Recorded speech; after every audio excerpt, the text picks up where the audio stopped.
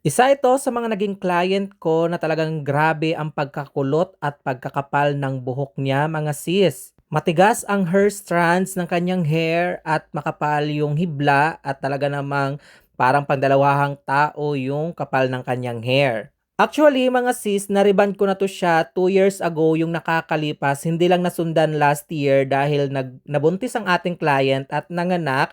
So kung napapansin nyo yung dulong parts ng kanyang hair na medyo straight pa, yan yung aking na-reband before. Medyo maikli lang yung buhok niya before, mga hanggang balikat lang, pero ngayon talagang dumoble yung haba ng kanyang hair at talaga namang binalikan tayo ni madam dahil sa akin lang daw nahiyang ang kanyang buhok. Sabi, at na-applyan ko na nga siya dyan ng rebonding cream number 1, mga sis, at inuna ko lang yung pinaka-regrowth niya talaga at hindi ko muna sinamahan or in-applyan yung previous rebond niya. Then binalutan ko siya ng cling wrap para mas mabilis yung process namin or pag-develop ng rebonding cream 1 sa buhok ng ating client. And after nga ma-develop ang rebonding cream 1 sa kanyang pinaka-regrowth parts, ay binaba ko naman yung rebonding cream 1 hanggang dun sa dulo or sa kanyang rebonded parts.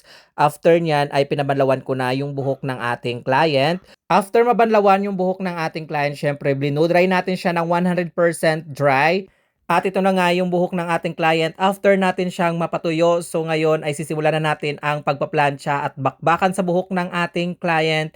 So ito, mga sis, kung mapapansin nyo, yung half ng hair ng ating client, yun yung na-iron natin, yung kalahati naman ay yun ang hindi pa napaplansya. So makikita natin yung difference ng kanyang hair na naplansya at hindi pa napaplansya. At ito na nga yung buhok ng ating client. After more than 3 hours ko siyang plinansya dyan, mga sis. Bale, mag-isa lang nga ako nagplansya dyan dahil absent yung aking assistant. So, medyo sumakit yung ating balakang dyan ng very very light. Then after natin siyang ma-iron ay in-applyan naman natin siya ng ating neutralizing cream, binabad at binanlawan.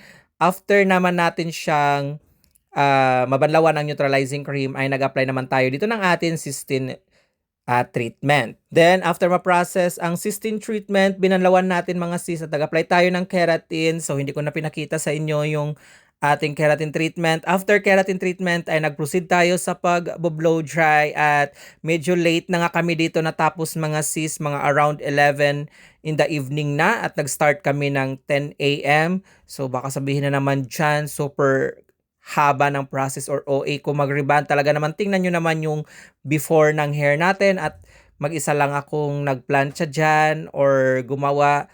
Then itong pagbo-blow dry namin, nagpatulong na nga lang ako sa sister ko para mas mapabilis na yung aming process dahil talagang overtime na ang aming rebonding. At ito lang talaga ang nakapagpapasaya sa akin, mga sis, habang binoblow dry namin yung buhok ng aming client ay nakikita ko na yung result ng kanyang hair na talagang bumagsak na yung kanyang hair. At after nyan ay papadaanan natin ng pang last iron, din tingnan natin yung kanyang final result and after wash result.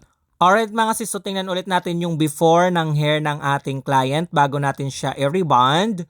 Then ito naman yung kanyang final outcome after nga natin siyang ma-rebond. Straight na siya dyan, smooth and shiny yung kanyang hair. Talagang pawing-pawi yung aking pagod lahat dyan, mga sis. At syempre, tingnan naman natin yung kanyang after wash result na sinend sa atin ng client na nanggaling pa ng Valenzuela City. At yan nga po yung ating client's feedback, mga sis. So basahin nyo na lang dahil medyo mahaba-haba yan.